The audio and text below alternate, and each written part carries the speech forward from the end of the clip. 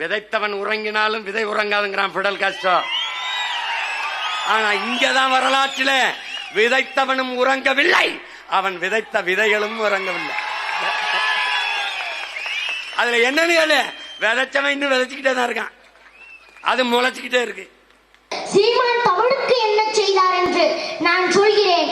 ஈவேரா, அண்ணா போன்ற திராவிட தலைவர்களையும் சிவாஜி, ஜான்சி ராணி போன்ற ஆரிய தலைவர்களையும் மட்டுமே போற்றிக் கொண்டிருந்த தமிழனை முதல் முறையாக பிரபாகரனையும் மாவீரர்களையும் போற்ற வைத்தவர் என் பெரியப்பா சீமான்.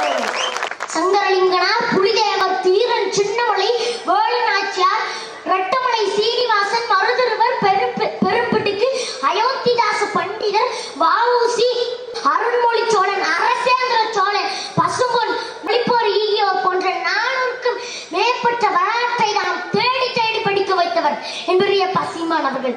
சாதியாய் மதமாய் புரிந்து கிடந்த தமிழனை மொழியால் திணித்தவர் என்பரிய பசிமான் அவர்கள். கடல் கடந்து தமிழர்